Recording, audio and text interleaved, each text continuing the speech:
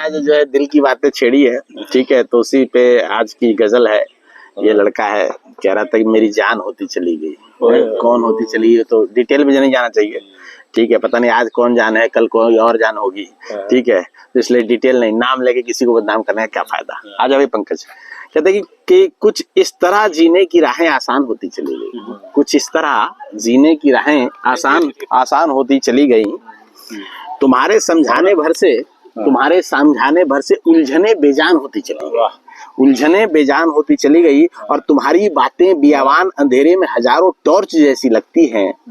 गम और उलझन रूपांतरित हो मुस्कान होती चली गई, गम और उलझन रूपांतरित हो मुस्कान होती चली गई। कहते हैं कि अबुझ उलझी पहेली सी राहों से जान पहचान होती चली गई। और भीम खाए पासान मुश्किलें तेरे इशारे पे सोपान होती चली गई। सोपान मतलब सीढ़ी।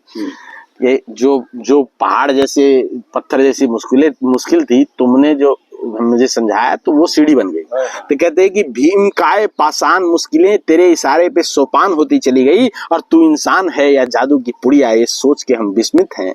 जैसे जैसे तुम पे हम मरते चले गए, तू मेरी जान होती चली गई। वाह वाह। जैसे जैसे हम तुम पे मरते चले गए, तू मेरी जान होती चली गई। और भाई साहब सीधे सीधे गांव लेके जाऊंगा, आप गांव याद करोगे। रोजी रोजगार के लिए पलायन से गांव वीरान होती चली गई। और खेती बाड़ी को मिलता नहीं कोई खेत में मजदूर, सुनसान। कहते खेती बाड़ी को नहीं मिलता कोई मजदूर, खेत सुनसान होती चली गई। और शहरों के नारकीय जीवन पे अब जो यहाँ लोग आ जाते हैं गांव से, शहर में क्या है, दड़बे जैसी जिंदगी है, छोटा नोट है, बुरी हवा है, और हम जिंदगी नारकीय जीवन है।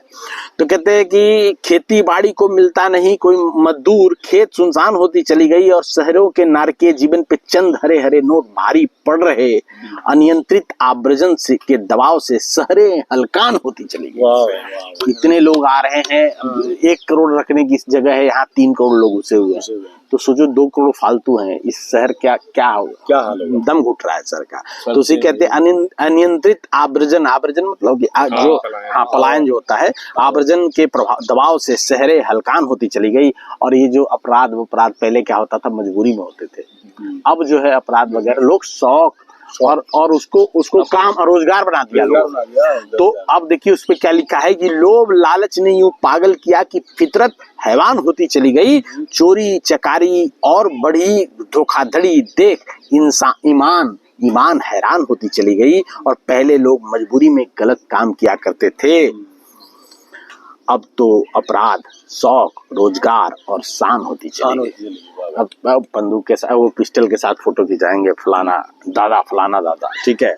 अब कुछ दिन बाद ये भी डोले शोले बना रहा है, पता नहीं क्या करेगा। डोले बना तो कहते हैं पहले लोग मजबूरी में गलत काम किया करते थे, अब तो अपराध शौक रोजगार और शान होती चली गई। और उपभोक्तावाद के युग में अब ये जो लड़ाई झगड़े हो रहे हैं ना, जो देश में युद्ध वगैरह हो रहा है, उसके अब कारण आपको समझ में आ जाएंगे कि उपभोक्तावाद के युग में इंसानी जान भी अब समान होती चली गई। और सरकारी नौकरी भी सेवा न रह के दुकान होती चली गई।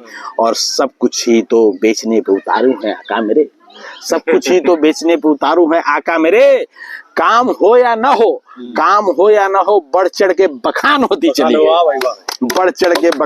चली गई। और धारणा अब काम क्या हो रहा है, सुनो, काम एक ही हो रहा है।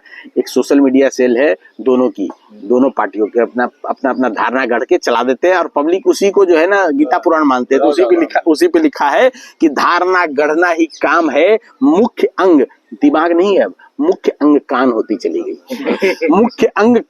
चली गई। और सोशल मीडिया पे मिला ज्ञान ही अब विज्ञान होती चली गई। कोई तथ्य की परीक्षा नहीं करता और न ही पढ़ने में किसी की रुचि है।